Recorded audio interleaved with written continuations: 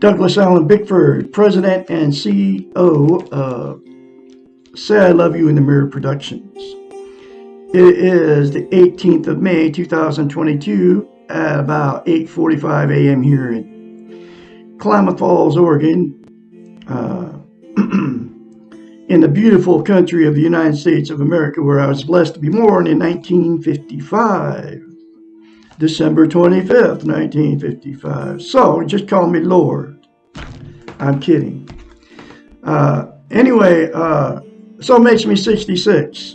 So I am like perfectly happy the way, how, where, and what I am at 66 years old, folks. We have to accept the way we are, just the way we are, period, from we're a little kid. Okay? That's part of the healthy mind process. But I am on YouTube. I have been for over a year. I've been on Facebook Live now for over 2 months, teaching you how to be able to accept yourself, how, where, and what you are through a book, and it's called The Portable Therapist. Her name is Dr. Susanna McMahon. She's a psychiatrist. She lives in Madrid, Texas with her husband. She's 73 years old. She's a psychiatrist, a counselor, therapist for a whole lot of years. Don't know if she's still doing it. Can't find anything out about this lady on the internet. I am her spokesperson, teaching you how to love yourself, attain and maintain self-love out of this book right here, The Portable Therapist.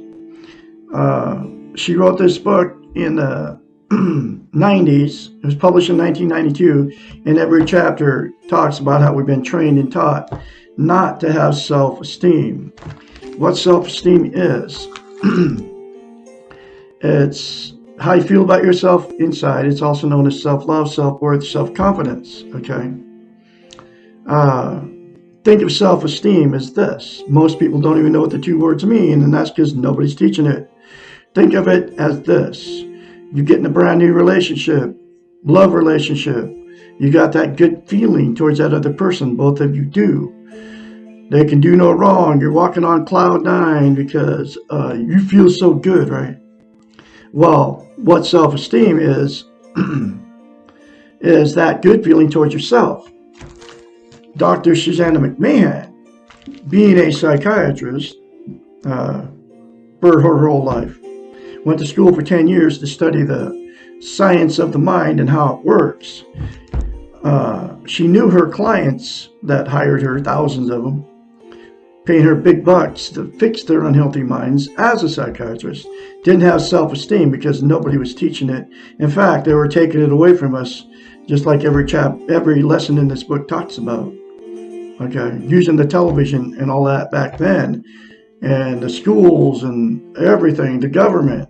Now they're using the social media, along with all that rest of that stuff. And religion has taken away our self-esteem too, coming up with the "we were born bad" thing. Okay, but anyway, so she knew that, so she came up with a concept to give her clients self-esteem, because she knew to have a healthy mind, you have to have self-esteem. So she came up with a concept. It's called mirror therapy, and here's that concept from Dr. Susanna McMahon. You look at yourself in the mirror daily. We're all in front of the mirror every day anyway. Shaving as a man, putting your makeup on as a woman, you say 4 things to yourself in the mirror instead of thinking or saying bad things about yourself in the mirror when you're in front of the mirror, because we all do it, especially when we get older. Oh, hold on a second. I gotta go see what happened. I got 9 little cats running around here. Okay. But anyway, so without self-esteem, okay, nobody's teaching it. Nobody's telling you how to get it. I just told you how to get it. Nobody's telling you how important it is. And nobody's telling you how simple it is. That's why I'm here, Douglas Allen Bickford, on today's date, teaching you how to love yourself. Because you can't love without it. You can't be loved without it. You can't be content without it. And you also cannot attain a healthy mind without self-esteem. And Dr. Susanna McMahon knew it. So you can't be content without it. What content is, you feel good about how, where, and what you are. It's also known as internal peace, okay?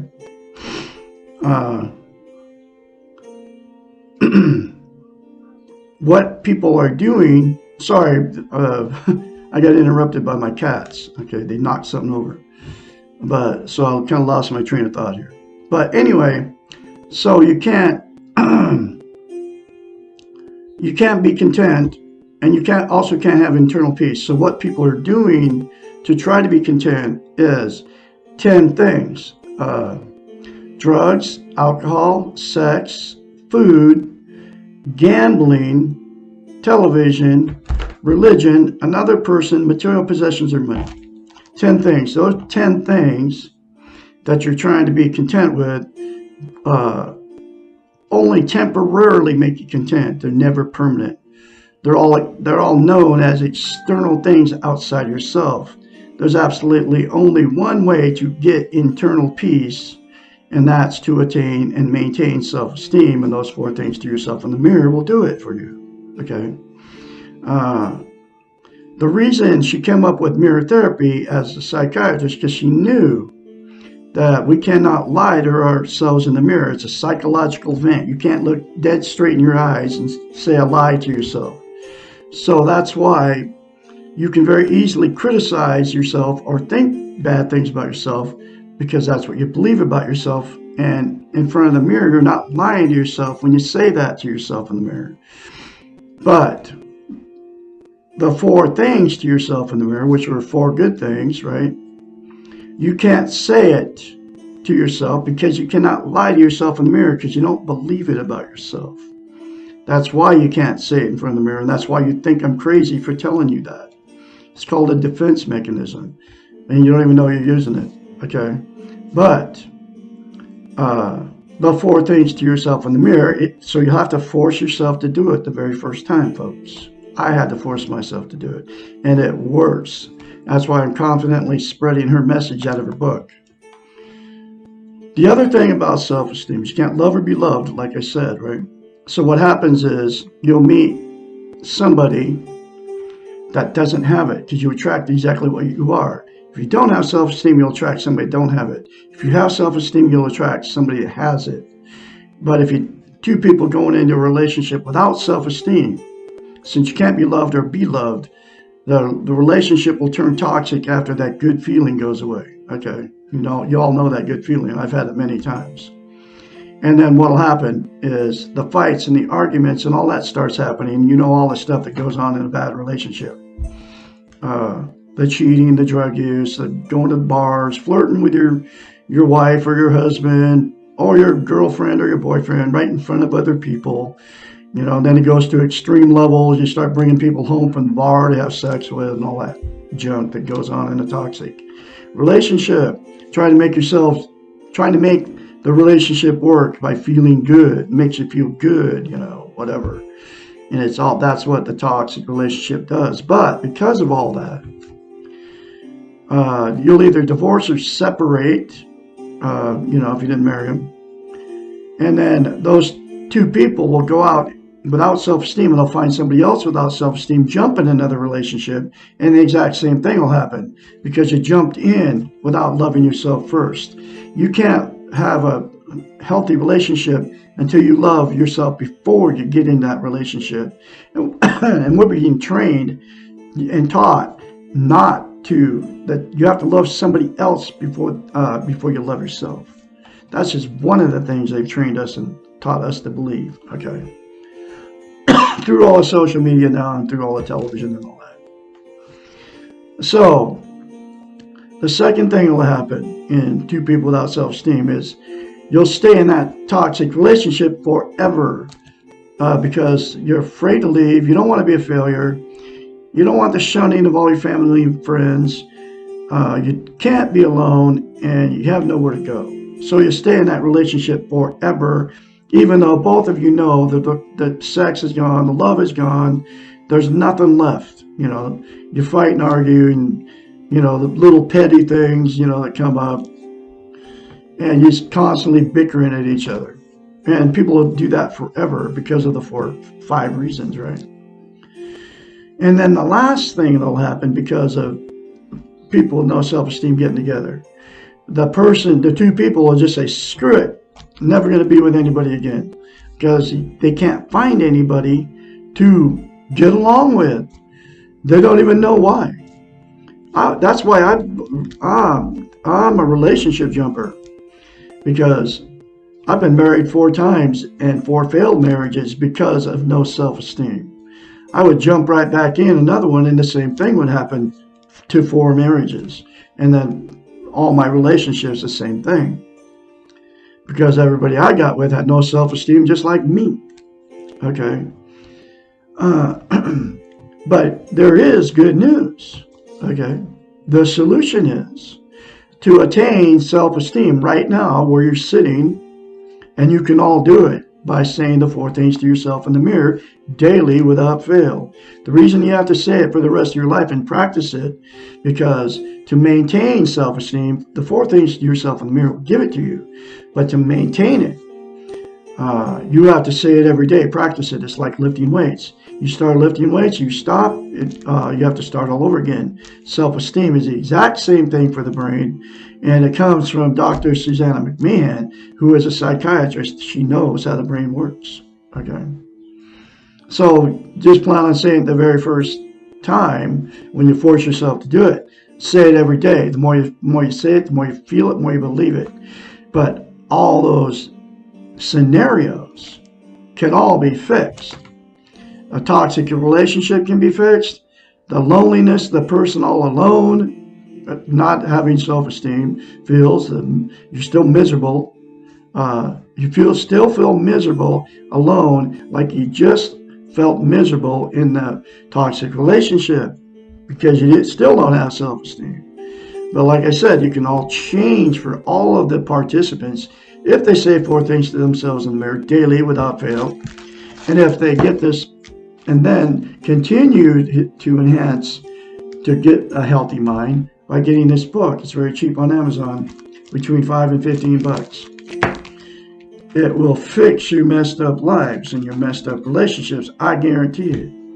So I am going through this book from Dr. Susanna McMahon. I'm her spokesperson. I have been for over a year. 1 lesson at a time. Here's that next lesson.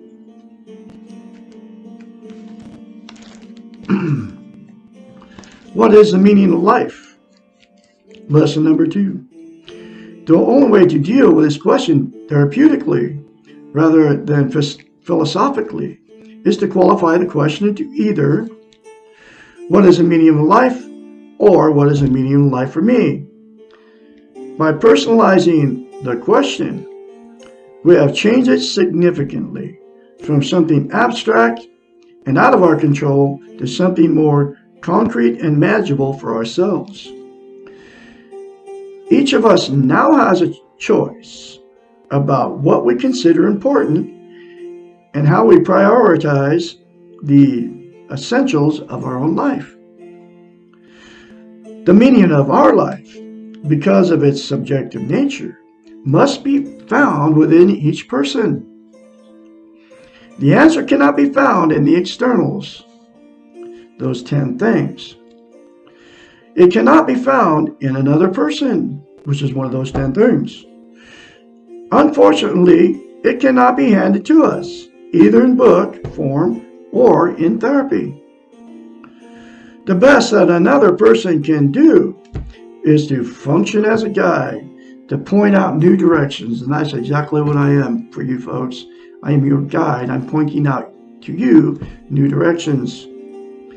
And perhaps provide some new materials which may lead to insight. And I just told you 4 things to yourself in the mirror daily for the rest of your life will give you self-esteem. And that's new things that you can use to help you. Okay. Others may help us learn new perspectives and present choices that we may not have thought of by ourselves. And I'll say it again. Those 4 things to yourself in the mirror. You never thought of that. In fact, it's the first time anybody's ever told it to you. Okay, and that's me. The answer to discovering the meaning of your life lies in the exploration of yourself. You give meaning to your life. The unexplained life is not a life, or the unexplored life is not a life.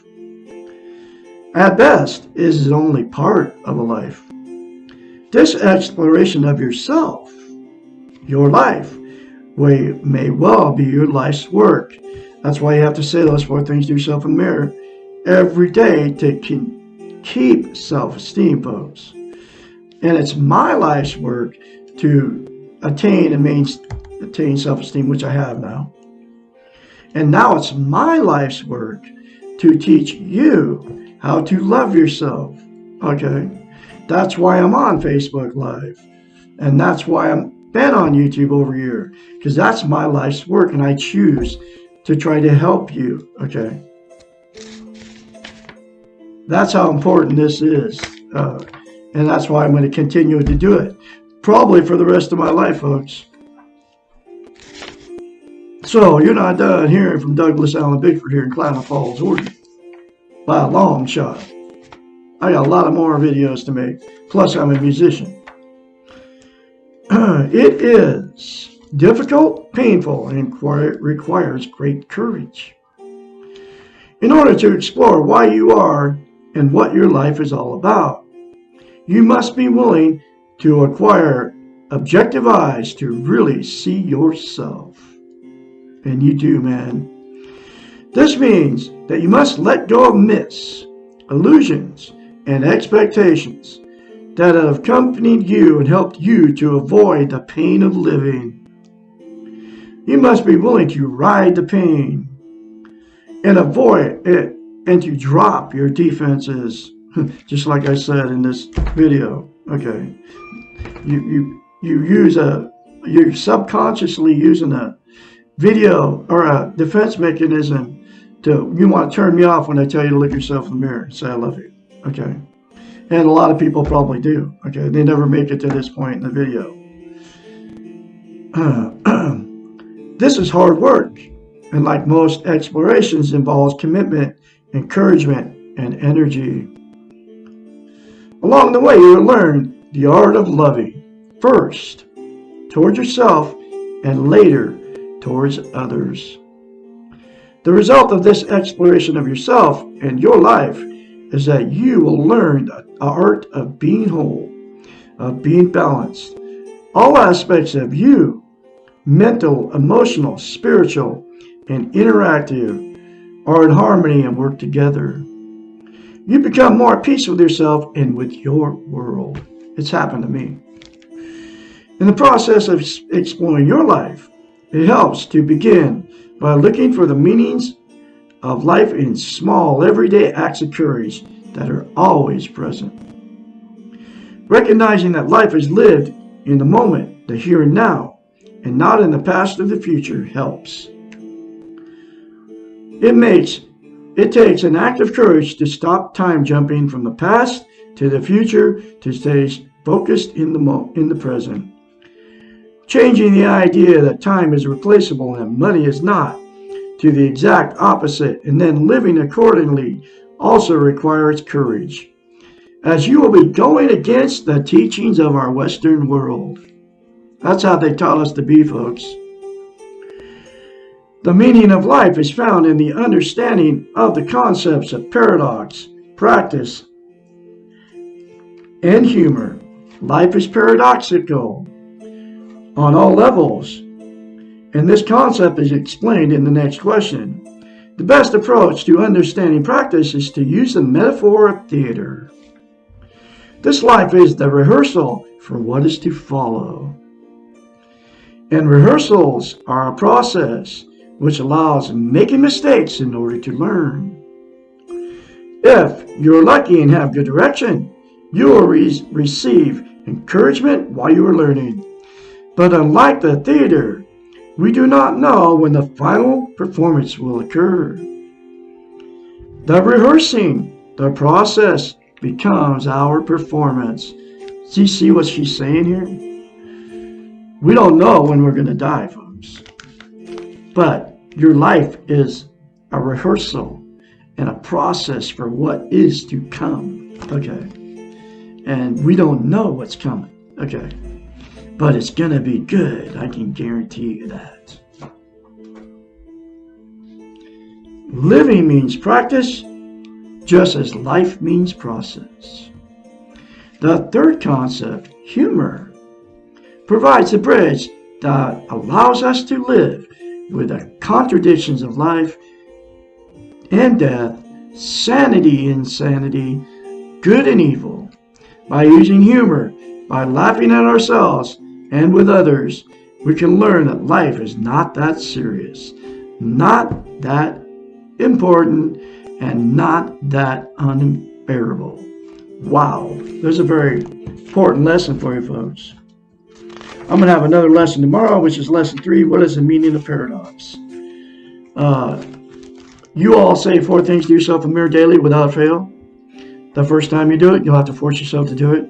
I can be your mentor when you start going through this change. Call me at 458-232-5238 anytime, day or night. You all have a great day out there, and I'll have another lesson for you tomorrow. You all are full of goodness.